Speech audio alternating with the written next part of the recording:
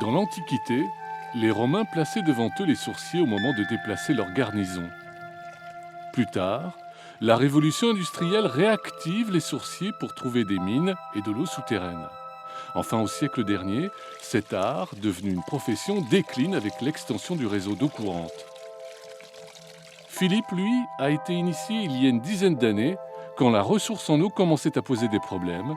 C'est le retour du chercheur d'eau.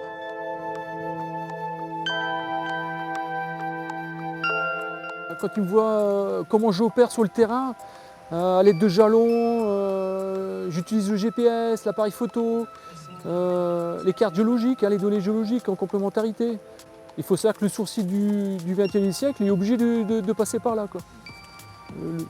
Le sourcier avec le bout de bois, c'est terminé. Donc ici, pour connaître le débit et la profondeur, je vais utiliser les pendules.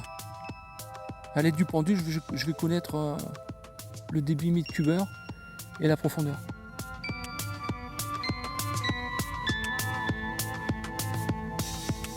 Le GPS il me permet de faire des relevés GPS par rapport au point de forage.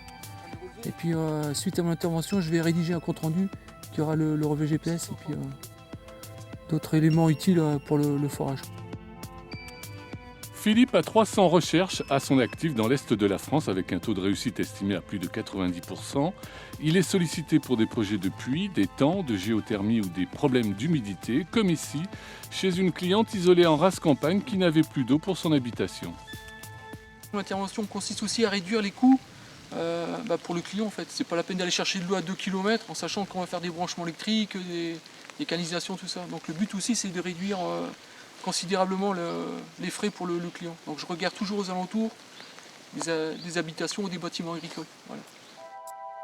Selon Philippe, être sourcier n'est pas sorcier, seulement une capacité plus ou moins prononcée, une disposition d'esprit, une écoute, une vibration à travailler. Qu'il s'agisse ou non de cristaux de magnétite fixés sur ses os, peu lui importe. Ce qui est sûr en revanche, c'est sa volonté de proposer désormais son savoir-faire pour des missions humanitaires en Afrique.